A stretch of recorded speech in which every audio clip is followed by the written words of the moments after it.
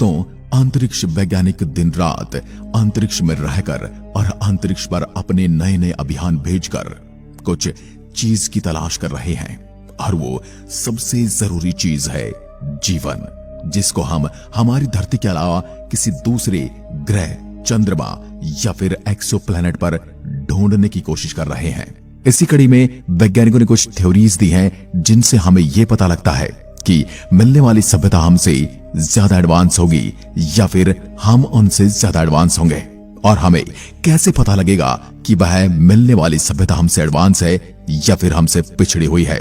वैज्ञानिकों के अनुसार हमारे ब्रह्मांड में मौजूद किसी भी सिविलाइजेशन के टेक्नोलॉजिकल एडवांसमेंट को नापने का सबसे आसान तरीका है उसके द्वारा उपयोग की जाने वाली एनर्जी कंजप्शन को मापना। यदि इसे हम आज के मानव और आदिमानव से तुलना करके देखते हैं तो हमें समझ आता है आरंभ में मनुष्य को सबसे ज्यादा ऊर्जा को केवल और केवल सूर्य से मिलती थी। बाद में जैसे जैसे वह सभ्य होता गया उसने आग का उपयोग करना सीखा। उसके बाद पवन ऊर्जा, विद्युत ऊर्जा, अग्नि ऊर्जा, भाप ऊर्जा, सोलर एनर्जी को भी अलग अलग तरीके से उपयोग करना सीखा।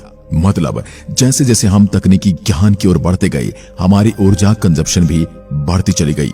इतनी सारी ऊर्जाओं का इस्तेमाल करने के बाद भी हमारे सामने ऊर्जा संकट खड़ा हुआ है, यानी हमारी ऊर्जा की खपत लगातार बढ़ रही है, चाहे वो किसी भी क्षेत्र में ही क्यों ना हो।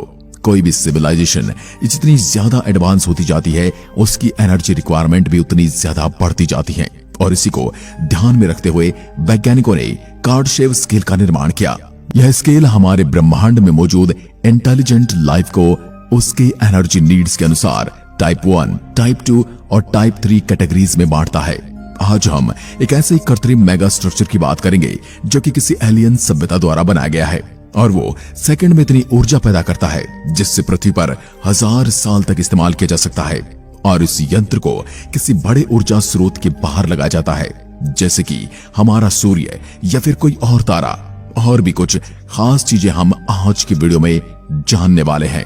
हम जानने वाले हैं डायसन स्फीयर क्या है, या एलियंस द्वारा बनाया गया यह मेगा स्ट्रक्चर डायसन स्फीयर कैसा होता है, कार्डशेव स्केल और मानव जाति का क्या संबंध है, सोलर एनर्जी और टाइप 2 सिविलाइजेशंस क्या है, सूर्य के इर्द गिर्द मेगा स्ट्रक्चर का कॉन्सेप्ट क्या है, डायसन स्फीयर क्या होते हैं और कैसे इनका निर्माण होता है, डायसन स्फीयर से कैसे हम एलियंस को खोज पाएंगे, और क्या होते हैं डायसन स्फीयर और उनके भिन्न भिन्न प्रकार, और क्या अंतर होता है Dyson ring, Dyson bubble, Dyson shell और डायसन नेट के अंदर।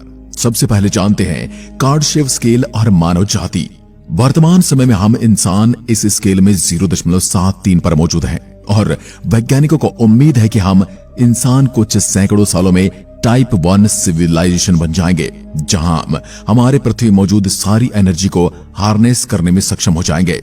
पर वहीं हमें टाइप 2 सिविलाइजेशन बनने के लिए हमारे तारे की सारी एनर्जी को हार्नेस करना होगा, जो कि बहुत बड़ी चुनौती है। वैज्ञानिकों ने कुछ ऐसे तरीके सुझाए हैं जिसकी मदद से हाईली एडवांस सभ्यताएं अपने तारे से निकलने वाली सारी एनर्जी का उपयोग कर पाती हैं। इन हाइपोथेटिकल मेगा स्ट्रक्चर को डायसन स्फीयर का नाम दिया गया है। इन मेगा स्ट्रक्चर से केवल 1 सेकंड में ही इतनी ऊर्जा मिल सकती है जिससे हमारी धरती की हजारों साल की एनर्जी रिक्वायरमेंट पूरी हो सकती है। इसलिए लेकिन असल में डायसन स्फीयर है क्या, ये कैसे काम करता है, और क्या वर्तमान समय में इसे बनाना संभव भी है या नहीं, ये सब आज हम जानने की कोशिश करेंगे। सबसे पहले जानते हैं कि टाइप 2 सिविलाइजेशन होती क्या है। दोस्तों, हमारा सूर्य सौरमंडल में मौजूद इकलौता एनर्जी सोर्स है जो कि कई बिलियन सालों से हमारी पृथ्वी और इस पूरे सौरमंडल को जीवित रखे हुए है।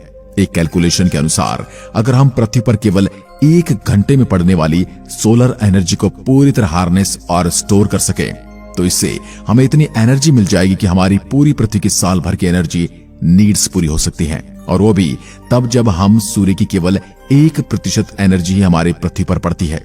ऐसे में अगर हम किसी तकनीक की मदद से हमारे सूर्य की पूरी एनर्जी का उपयोग करना सीख जाएं, तो हमें टाइप 2 सिविलाइजेशन बनने से कोई नहीं रोक सकता।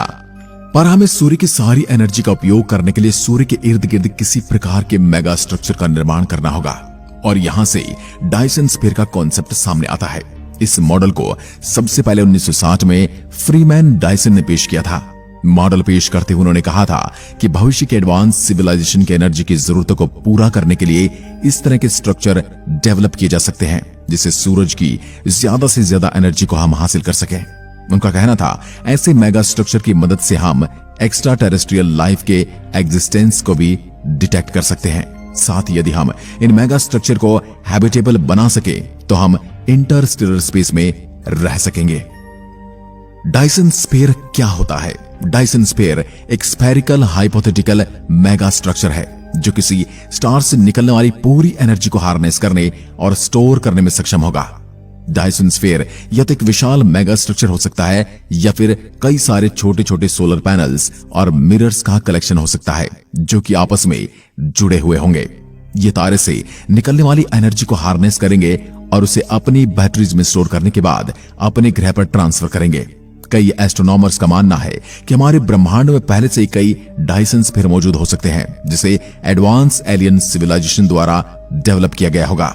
और अगर हमारे आकाश गंगा में मौजूद तारों का और करीबी से अध्ययन कर सके तो हम इनके इर्द गिर्द मौजूद इन विशाल मेगा स्ट्रक्चर की खोज कर सकते हैं जो कि हमें यह बताएगा कि उस स्टार सिस्टम में एडवांस एलियन सिविलाइजेशन मौजूद भी है या नहीं। 2015 में खोजा गया टैबी स्टार एक ऐसा ही तारा है। जब वैज्ञानिकों ने इस तारे का करीबी से अध्ययन किया तो उन्होंने पाया कि एक रेगुलर इंटरवल के दौरान उसकी ब्राइटनेस में करीब 20% तक की कमी आ जाती है। किसी तारे के इतनी ज्यादा प्रकाश को कोई विशाल ग्रह, कोई विशाल एलियन मेगा स्ट्रक्चर ही रोक सकता है। डायसन स्फीयर, वैज्ञानिकों के अनुसार डायसन स्फीयर एक विशाल सिंगल मेगा स्ट्रक्चर होगा। ऐसे में इसे डेवलप करना काफी कठिन होगा। साथ ही यह स्ट्रक्चर काफी अनस्टेबल और नाजुक होगा। सॉलिड डायसन स्फीयर के दूसरे विकल्प के तौर पर डायसन स्वार्म को पेश किया जाता है। डायसन स्वार्म डायसन स्फीयर से विपरीत डेवलप करने में काफी आसान होगा, साथ ही काफी स्टेबल भी होगा। डायसन स्फीयर एक सॉलिड स्फेरिकल स्ट्रक्चर होगा जो स्टार को पूरी तरह से घेर लेगा। वहीं डायसन स्वार्म अलग अलग सोलर पैनल्स या मिरर्स का कलेक्शन होगा जो कि स्टार को पूरी तरह घेरने के बजाय उसके चारों ओर फैल जाएगा और फिर स्टार के चारों ओर फैलकर अलग अलग सोलर पैनल्स द्वारा एनर्जी को कैप्चर और स्टोर किया जा सकेगा। वैज्ञानिकों ने डायसन स्फीयर और डायसन स्वार्म के कई अलग अलग मॉडल सुझाए हैं जिनके बारे में हम विस्तार से चर्चा करने वाले हैं। The Dyson ring. Dyson ring असल में कई सारे डायसन स्वार्म यूनिट्स का एक रिंग होगा। यह डायसन स्वार्म यूनिट का सबसे छोटा स्ट्रक्चर होगा जिसे बनाना आसान होगा। साथ ही यह डायसन स्फीयर के मुकाबले काफी स्टेबल और सस्ता भी होगा, लेकिन साइज में छोटा होने की वजह से सूर्य के काफी कम लाइट को एब्जॉर्ब कर पाएगा, जिसकी वजह से इसका एनर्जी आउटपुट भी काफी कम होगा। साथ ही सूर्य के काफी कम लाइट को ब्लॉक करने की वजह से यह हमारी पृथ्वी से विजिबल नहीं होगा। Dyson ring. Dyson ring Dyson swarm unit का सबसे आसान स्ट्रक्चर होगा जिसका निर्माण कई सारे डायसन रिंग को एक साथ मिलाकर किया जाएगा। यह स्ट्रक्चर कम मात्रा में सनलाइट ब्लॉक करेगा जिसे पृथ्वी से नोटिस कर पाना भी मुश्किल होगा। इसका निर्माण करना अपेक्षाकृत आसान होगा जो कि कई डायसन रिंग की ऊर्जा एक साथ एब्जॉर्ब करना आसान होगा, लेकिन ये मॉडल काफी बड़ा होगा जिसे बनाना भी महंगा होगा। Dyson bubble. डायसन बबल कई हजार किलोमीटर लंबे सोलर सेल्स या सैटेलाइट्स का कलेक्शन होगा जो कि दूसरे मेगा स्ट्रक्चर से विपरीत आपस में जुड़े नहीं होंगे, जो कि स्टेबल बने रहने के लिए डायसन बबल रेडिएशन प्रेशर का उपयोग करेंगे। इस मेगा स्ट्रक्चर में उपयोग किए जाने वाले सेल्स कार्बन नैनोट्यूब मटेरियल से बने हुए होंगे जो कि पेपर से भी ज्यादा पतले होंगे। ये सोलर सेल्स और सैटेलाइट्स काफी ज्यादा मात्रा में एनर्जी एब्जॉर्ब कर सकेंगे। यदि डायसन बबल के सरफेस को हैबिटेबल बना लिया जाए तो यहां पर रहा भी जा सकता है। साथ ही इन्हें बनाना काफी जटिल होगा, साथ ही काफी महंगे भी होंगे। डायसन सेल एक क्लासिकल डायसन स्फीयर मॉडल है जो अपने स्टार से निकलने वाली 100% एनर्जी को कैप्चर करने में सक्षम होंगे। अगर किसी तरह इसका निर्माण किया जा सकेगा तो यह हमारी पृथ्वी के सरफेस से 15,000 गुना ज्यादा बड़ा होगा, जहां काफी बड़ी संख्या में इंसान भी रह सकेंगे। डायसन सेल हमारे स्टार से निकलने वाली सनलाइट को पूरी तरह ब्लॉक करने में सक्षम होगा, लेकिन यह स्ट्रक्चर काफी वल्नरेबल होगा। ऐसे में सूर्य से टकराने वाले एस्टेरॉइड से इस स्ट्रक्चर को काफी नुकसान हो सकता है, जिसकी वजह से यह पूरा स्ट्रक्चर कोलैप्स कर जाएगा। ये सभी मॉडल में सबसे बड़ा और इसे बनाना अत्यंत महंगा और साथ ही काफी मुश्किल भी होगा। डायसन नेट यह एक काफी यूनिक मॉडल है। इसके अंतर्गत स्टार के चारों ओर वायर्स का एक जाल बिछाया जाएगा इसमें उपयोग किए जाने वाले वायर्स के बीच में हीट और लाइट पावर कलेक्टर्स लगाए जाएंगे जो कि एनर्जी को कलेक्ट कर स्टोर कर सकेंगे। लेकिन ये दूसरे मॉडल्स की अपेक्षा काफी कम मात्रा में सनलाइट को ब्लॉक कर पाएगा, जिसकी वजह से इसका एनर्जी आउटपुट काफी कम होगा। भले ही इस मॉडल में बनने की लागत काफी कम आएगी, पर इसे बनाना काफी कठिन होगा। ऐसे में यहाँ एक प्रश्न ये भी है कि आखिर मौजूदा टेक्नोलॉजी की मदद से डायसन स्फीयर या डायसन स्वार्म जैसे विशाल मेगा स्ट्रक्चर को तैयार करने में कितना खर्च आएगा। डायसन स्फीयर शायद इकलौता दुनिया का ऐसा प्रोजेक्ट है जिसे दुनिया के 100 सबसे अमीर लोग साथ मिलकर भी तैयार नहीं कर सकते। डायसन वॉर्म या स्फीयर को तैयार करने में इतने पैसे लगेंगे जितना इस दुनिया में है ही नहीं। पूरी दुनिया के सभी देश अपनी इकोनॉमी का पूरा बजट भी लगाकर इस प्रोजेक्ट में शामिल कर देंगे तो भी ये पूरा नहीं हो पाएगा। इसके अलावा इसे तैयार करने के लिए आर्टिफिशियल इंटेलिजेंस से लैस एडवांस्ड रोबोट्स और मशीन की भी जरूरत पड़ेगी जो इंसानों के बिना ही स्पेस में जाकर काम कर सकेंगे, क्योंकि इसे जमीन पर नहीं बनाया जा सकेगा। डायसन स्वार्म या स्फीयर को तैयार करने में जरूरी मटेरियल्स के लिए हमें दूसरे प्लैनेट्स जैसे मरकरी और वीनस से रिसोर्सेज लाने होंगे और साथ ही कई एस्ट्रॉयड के मटेरियल को माइन करना होगा। साथ ही हमें पृथ्वी के अलावा दूसरे प्लेनेट पर भी फुल्ली फंक्शनल सब स्टेशन बनाने होंगे। आपको क्या लगता है, डायसन स्वार्म या स्फीयर मॉडल कभी हम हकीकत में बना पाएंगे? यह सिर्फ बस एक कल्पना बनकर रह जाएगा? अपने विचार हमें जरूर बताएं। एक बार फिर मिलता हूं, तब तक के लिए नमस्कार, जय हिंद, जय भारत।